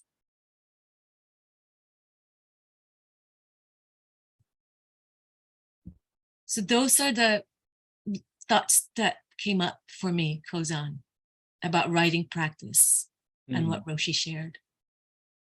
Thanks, Dorothea. Yeah, I think that in a way, bearing witness, you know, is so specific and includes everything, like our writing practice, that we're bearing witness, and in that activity, we're including the whole world. You know, we're stepping out from our general kind of self-referential view, including the tree outside, including the ants in our kitchen, including the wind that we hear, you know, including everything that is part of this life. And we can't possibly, you know, have the thought of everything, right? Thought of everything is just thought. So how do we have that thought? It's in the specificity of what's right here in our experience, what's right in front of us, what's felt. And if we can be close to, if we can be intimate with what arises moment after moment, we have the experience of not leaving anything out. So that's how these practices come together. And I really got that sense of, I think it's Suzuki Roshi who said, Zen practice is essentially just thinking bigger. And this is what he meant by that, you know, including more. And Bernie said, my practice is just making the tent bigger, the club bigger, to include everybody and everything. So that practice of not defaulting to a kind of narrow view, and noticing that that view is kind of where we can return to again and again, that is our habit. And all we can do is notice and open up. You know, that is the breadth of our practice. So we're going to spend this afternoon really entering that door of these three views, these kind of three interlocking practices through not knowing. And we'll delve into that perspective. And before we do, I think, we have some time, and I'd love to just hear from more of you. Before we kind of break, if there's any questions, if there's any reflections, if this teaching is new to you or not, what is arising for you, or what do you want to bring into this community? We'll be sharing this practice together all weekend. So really open. What questions or reflections do people have? And you can raise your digital hand. Roshi was kind of letting us know in the reactions if you're on a computer, and I think it's under more if you're on a phone. It says raise hand, this big bar. And we'll just call on people one by one. Tom, good to see you. Go ahead. Oh, there you are. So, especially with the preparation writing points, like the homework, I looked at them and I walked away from them. Then when I came back to write, I already had a preconceived notion of what I was going to write about. And then when I sat down to write, the pen wrote something totally different. And I felt that was a wonderful moment of not knowing and not letting my thoughts, my opinions get in the way of, I don't know how to describe it, what I was truly feeling, what I truly wanted to say, or what I was recognizing at that moment. And I think about when we're listening to someone, to not come up with a rebuttal or a response, but just to be present and truly listen. And I felt when I sat down to write, I was truly listening to myself, rather than the opinion of what I should write about or that image. Thanks, Tom. What do you think that was that let you let go of the expectation of what you were going to write? Do you notice that kind of? Well, it was the question about describing my body as a landscape. And I wanted to write about mountains, and I wanted to write about mountaineering days and hikes. And I ended up writing about my grandma's farm in Poland. And I'm not sure what broke down that wall, or I was thinking like the opening and closing, things that open and close, like what opened my mind from this closed perception of what I should do. And it kind of just happened. But I'm grateful it did, because if I wrote about the mountains, it would have been boring and all the answers were there. When I wrote about grandma's farm, everything was possibility and open. Yeah, thank you for sharing that. I think that's really the heart of this practice. I think Roshi said when you have an insight, an aha, great, then let go of it. Or and we tend to project it and kind of wrap ourselves in it. And you're sharing, oh, you could just let go, and something incredibly new and unexpected arises. Thanks, Tom. That's the beauty of writing practice, is when you write something and then a month later, when it's kind of, chilled out, you go back to your notebook and you reread it and you're like, oh, okay. So that's where I drop down. So maybe right now it's not clear, but maybe in a year or so, it will become clear as you, not maybe a year, but maybe a couple of months from now, you reread your notebook. Maybe that shift may be clearer then. So Tom, thank you. And good to see you. Oda. I have a sense of rage that's getting in the way of my not knowing. And the topic for me is autonomy over women's bodies and the Supreme Court of the United States ruling. How is it that they manage to get themselves to negate even freedom of religion? In the Jewish faith, a baby is born before it's recognized as being human. It's not on conception. So now they're forcing Jews and Muslims to abide by a law that takes away freedom of choice, freedom of citizenship, and freedom of autonomy on my body. So when I get into that space, I find it extremely difficult to address the inequity and injustice without being extremely angry. My anger comes to the front. So I would like to work with that this weekend if we possibly can. Thank you. Thank you, Hoda. Hoda, I have a suggestion because I'm enraged as well.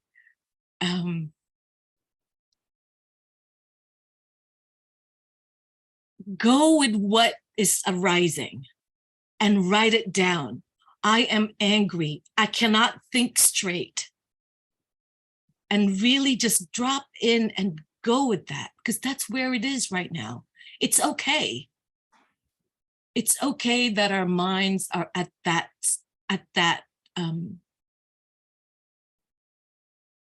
it's okay where our minds are at. In writing practice, we begin where we're at. We meet our minds, which is meeting ourselves, and just see it. Jot down whatever's coming up on the page. And if it's just scribbles of words, what the F is happening, blah, blah, it's all good. It's actually good that you're airing it out somehow, that you're letting that energy go, because otherwise we'll never be clear. Otherwise it could, it could fester inside us and it will have power over us. And then what? And then we add more noise to the world. So yeah, just let it rip, Hoda. Let it rip. Meet wherever you are and face it and air it out.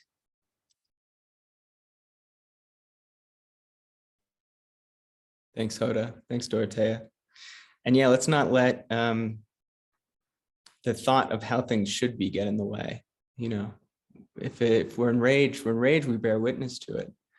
And there's some question I hear you asking, Hoda, which is, how do I be in relationship to this? Which already is a bringing awareness to, okay, what is my relationship to these thoughts and this response?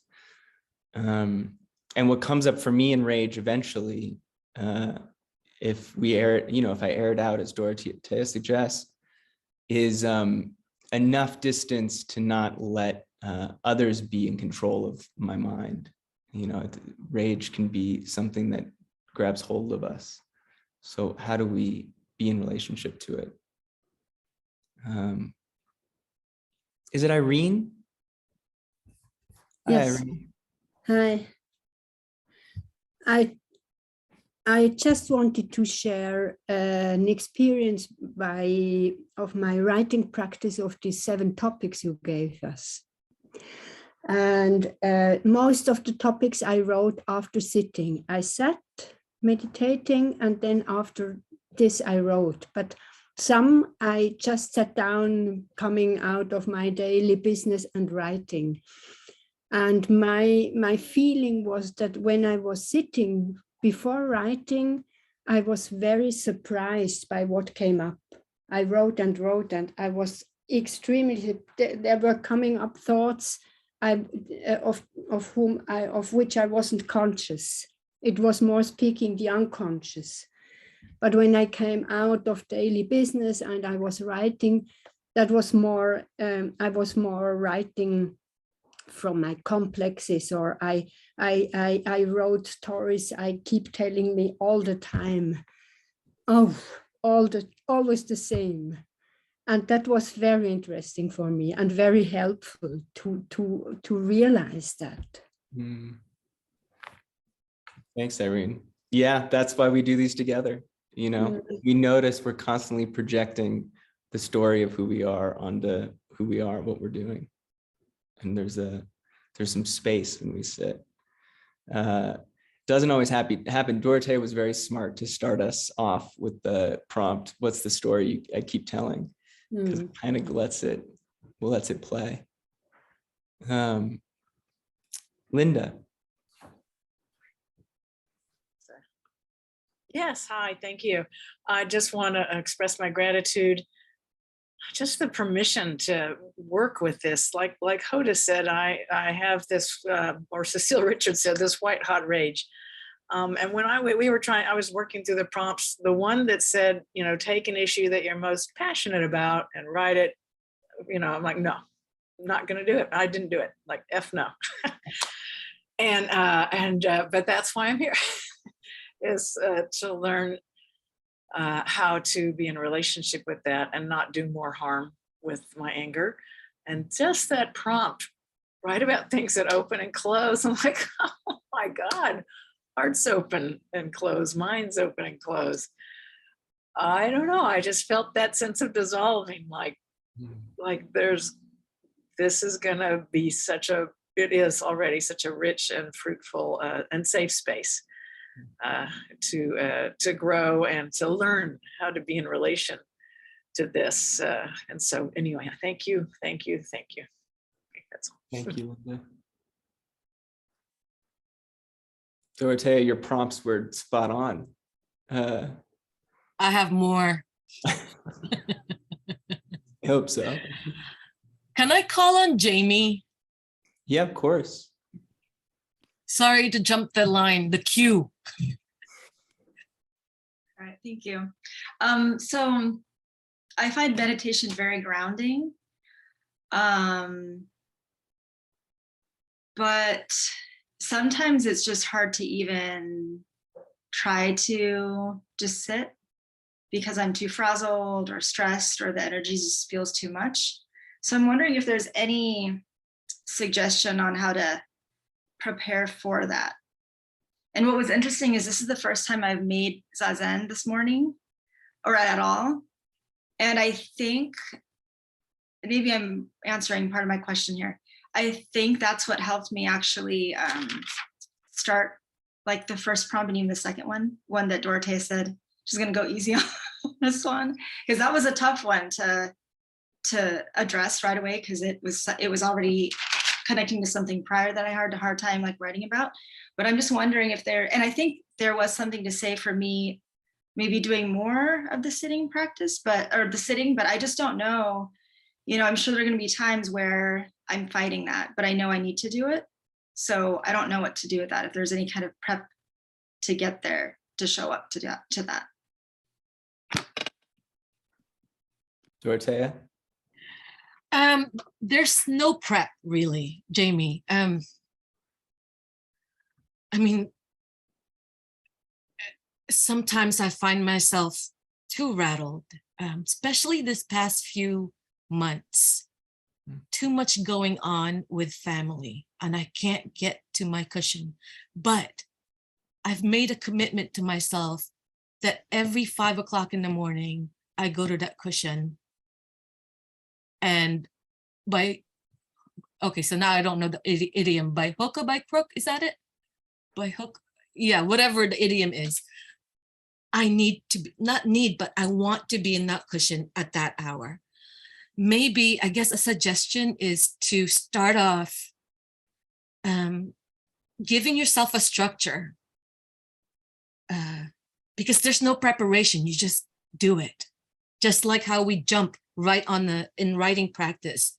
There's no preparation for a topic. We just go, right? It's the same thing. Like maybe for like a week, you will do Zazen every Tuesday and Thursday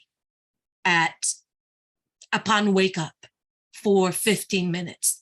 I think start small and show up for that structure, and you will build your spine. You will build that muscle. And you know, when you start feeling resistance, that's the best part, is when you start feeling resistance. Because like, you know, you're going to build that muscle. It's like the weights, you know, it's like lifting weights. With that resistance, you're going to build that muscle. And on another thing, walking practice, slow walking is also part of writing practice. We may not have, maybe we'll have time. Oh wait, the meditation in the morning and evening, we do walking. Yes, we do kinhin. So Yeah, if and you can make it, let's do. I love slow walking. It's grounded. You feel your feet on the ground. And I do it each time I can't continue with my, like if I need to finish something, I go slow walking. It's like, Dorothea, this is nothing. Just one step at a time, slowly. Just like how in writing practice, it's one word at a time, one sentence at a time, and it builds.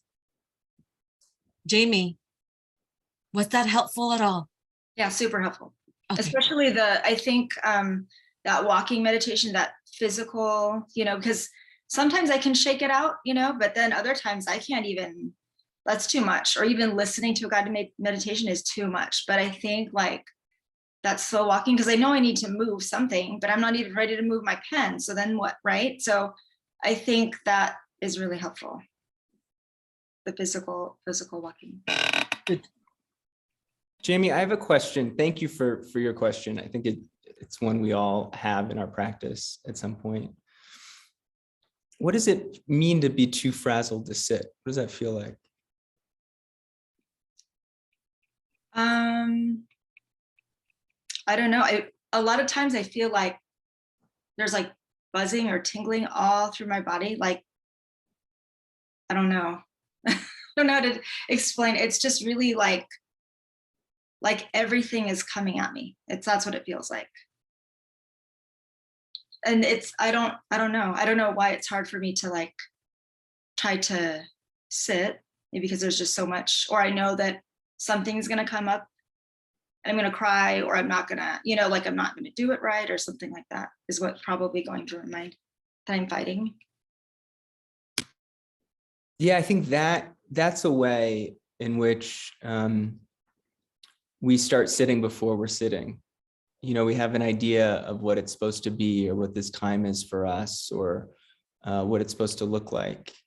And then we're, you know, projecting that idea of a good sit onto the morning or onto our life.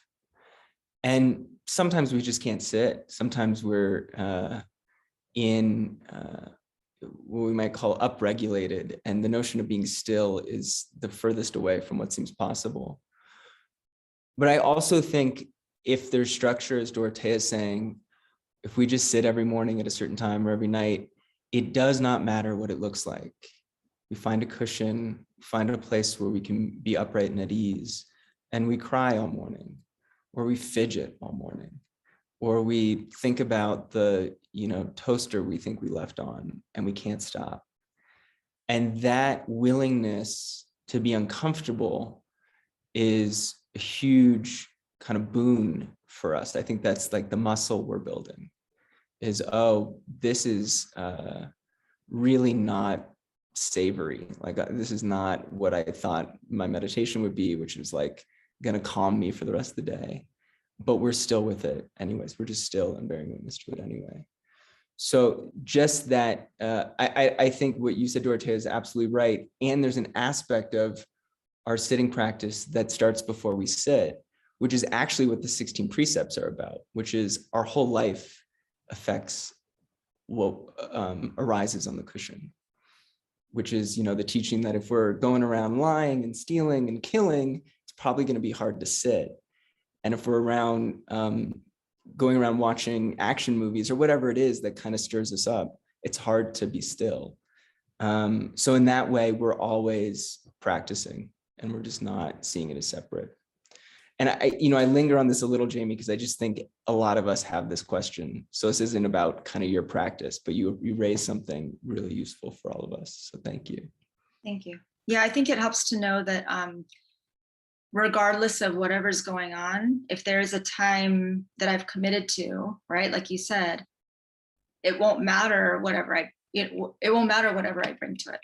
Yeah. Whatever I bring to it won't matter. That's what I'm trying to say. So thank you. Okay, 2 more, Dorothea, and then we'll end with some writing. Great. Henry. Got to get on here. I just wanted to comment. One of the questions that you sent us early on after the 3 tenets was one that really grabbed me at the moment. Write a letter to the US-based National Rifle Association. And I sat down and wrote an angry letter to the National Rifle Association. And when I walked away from it and came back later in the day, I thought, that's not serving, if to use that word. It's not helpful. It's just one more piece of anger in the pile. So I sat down and wrote a second letter in which I tried to be more, I'd like to hear more from you as to why this is important. Here's why it's important to me that we make these changes. Can we get together and talk? Kind of a letter. And enabled me to get up and walk away from that feeling that I had made a change in my approach to dealing with some of the issues, some of which have come up today, and where anger is quite natural, and where alternatives need to be sought if, in fact, we're going to get through both for ourselves and for change in the issue. So, and I'll just end that by saying it just happens coincidentally that I'm reading a book that's been around for a long time called Crucial Conversations. And it's now out in about the 3rd or 4th edition. And it's a wonderful hand walk through the whole issue of analyzing your emotions. And when you're dealing with interactions, and a very Zen feeling book in that sense. And how do you channel those emotions so that your speech is helpful and actually supports the goal you're trying to reach, which is the first thing you have to figure out. So I would recommend that to anybody that's looking for additional help in interactive relationships. Thank you. Thank you, Henry. Dorothea, there was one more question. I don't know if someone lowered Balthazar. It was Balthazar. Did you still want to ask a question, Balthazar, or should we save it for later in the weekend? However you feel it would be best. Oh, no, go ahead. Go ahead. I have and thank you. And just to be clear, you'll be our last question. We'll go into some writing, but we'll have more time for discussion this afternoon. I always answer my own questions with a just sit. But I just have like a small self question, a self-indulgent question. I felt I don't know where to start. I read an intention that said to reconnect with a part of myself and the creative practice that can flow through me. That, and also hearing about anger, I related to that because I felt creative practice that I felt disconnected from was creating anger. I long story short, I felt a creative input drive to connect with people in the process of dying. Because even by learning for a few years from people like Roshi Joan, and the pandemic haven't been around in a way that where death made itself present. As I felt this was, so I would just write about this idea of having creative interactions with people in the dying process, collaborative portraits, I called it. And then I found a community that, because of being in touch with a river, they saw themselves in the process of dying. And long story short, my family, who I had not lived with for 20 years, but that brought us together, my family asked me not to get involved with that. And that caused small self-anger. It showed me how, like, I told myself, if you get angry about this, it's really your pride that wanted to get in touch with these people. And confusion. Every time, I love my family, they are my team, we're working together. But every time I think about this, and I think about it pretty often, I just get angry. And anger and creative process, I wished for a story that would show me like a way to transit this. Which is not too much to ask. I think it's kind of similar to what Hoda shared with us earlier. Thanks, Baltazar, really, seriously, thank you, because I think I've gone through or going through similar things, and I'm sure a lot of us here are going through similar things. I want to answer, or I want to reply kind of in an angle, okay?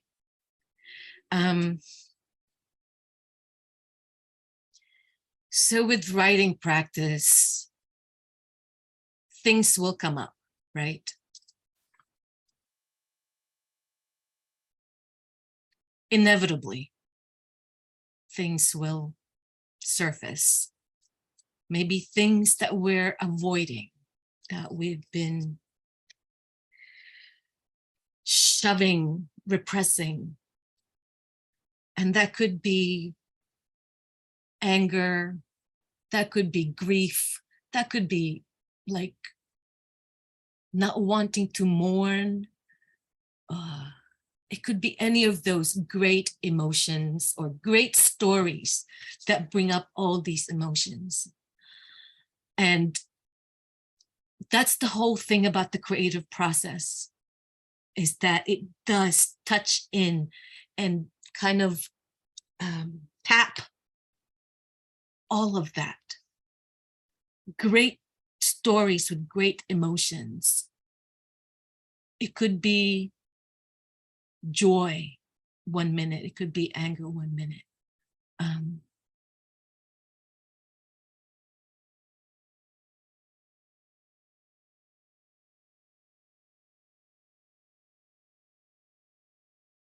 So going back to writing practice, it's not really kind of analyzing why, how, what, when, whatever it is that's arising. It's just is arising.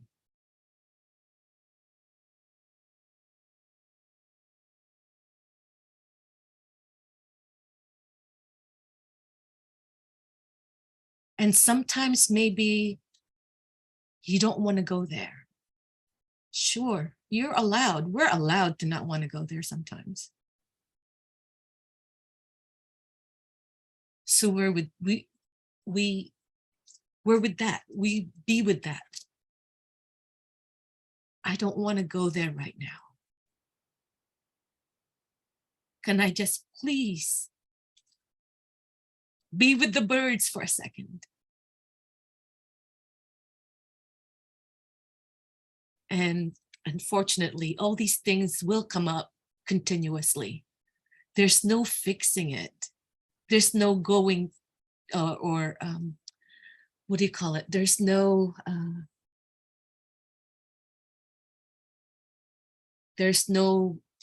what's the word I'm looking for, Kozan? There's no bypassing it. It will always rise up.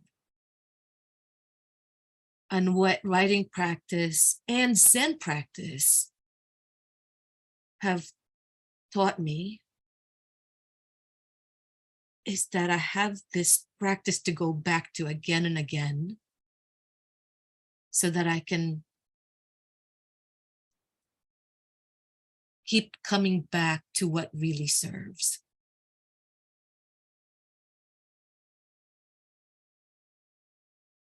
And like I forget now who said it, whether it's Kozan or Roshi or maybe somebody else in this group, we keep building, or maybe I did, I'm not sure. We keep building, we all one body, right? One body. So I don't know who said what now.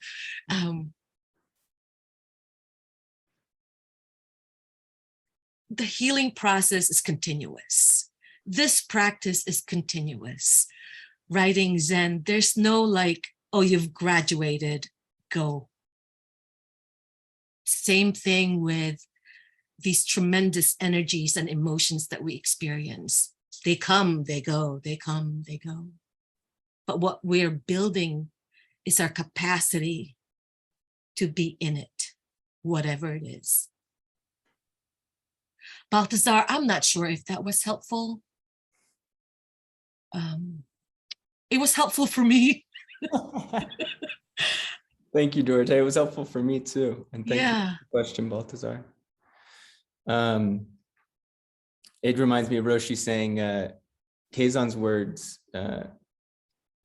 not one single atom opposes you, which is also Bernie's teacher, Maizumi, said, just appreciate your life. So whatever anger is arising, whatever knots are the territory of our life, as you put it, Balthazar, we appreciate it. This is what we get to live and learn from and share. So thank you for sharing it with us. And shall we write a little bit to close out our morning? Okay, we can do a 5-minute. What do you think, y'all? Yeah. Perfect. Okay. And then we'll close it out with, I don't know, some kind of instructions or whatever. Oh, wait, I don't even have a topic. Ooh. How about, hold on. How about this? Ready? 5 minutes. No topic for 5 minutes. Let it rip. No opinions, no judgments, no analysis. Just follow the mind. Bear witness to that heart mind. 10 minutes, no topic, go.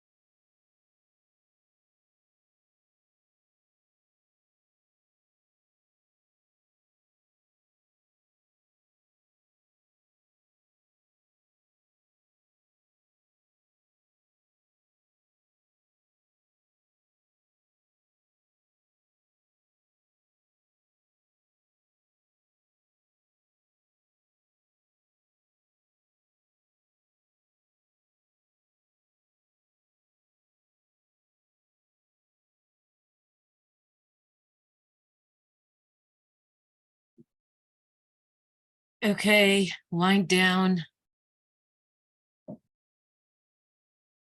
Whew. What a marathon morning, wasn't it? Wow. The thunder just And this rolled is the first session, Kozan. This is the first session. And it's just, you know, like a preamble. I to feel the like we've already work. covered everything. Yeah, I know. So okay, for me, I don't know what you're going to suggest for folks, but for me, after I've done these really kind of intense sessions, I just drop everything. Forget my notebook, forget my pen, drop it. Go for a walk, have a glass of water, take a nap. Right, Kozan? I'm taking a nap. You better take a nap because you're still recovering. I'm gonna be lying down.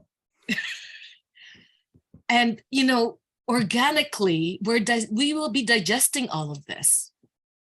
Our pre-conscious, what Roshi said, our pre-conscious will be digesting all of that. So move out of the way, get out of the way and let it do its work. That's what writers do actually, right? When they're so-called blocked, they leave their computers alone, their notebooks alone, and go for a walk or a run. And then suddenly the character comes alive. Oh, if you can go for a run, please do. For me, please go for a run. I miss it dearly. I'll go for a run for you, Kozan. I'll go for an hour. I feel it already. In Prospect Park, no less. My favorite place to run. So I'm getting a few direct questions from people asking about the agenda for the rest of the day and the rest of the weekend. So I just want to remind people or touch in for the first time. So we'll come back together at 2 Mountain Time. So 4 Eastern Time and other time zones, you can make the adjustment. And we'll just be gathering for 2 hours. Our afternoons are a little shorter.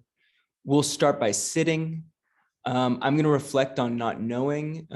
Each day, kind of Dorothea or I will reflect on the theme of the session. So we'll kind of delve into not knowing as this doorway into the 3 tenets. And then we'll do a lot of writing. And we'll write kind of for the middle part of the session, and we'll break out into small groups and share what we've written. So if some people are saying, you know, if I can't join for the whole thing, should I come? You can always not join the small groups in the last kind of third for whatever reason, if you have a conflict or if that's not a fun space for you. But that'll be kind of how we close. And then tomorrow we'll start at the same time as we did today, and we'll start with sitting, we'll delve into bearing witness and writing practice and conversation, listening practice, which again, that's not a kind of side part of our being together. We're really noticing our mind as we listen to things that are unexpected. People share from their lives, which are always kind of bringing in details that we either resonate with or don't, and we're bearing witness to what arises. So tomorrow we'll do that. And then our final session tomorrow afternoon is really like a harvesting all of this practice, all of this praxis, and kind of envisioning what being a peacemaker, what meeting the world with compassionate action means for each of us individually and us collectively. So that's what we're that's what we're up to.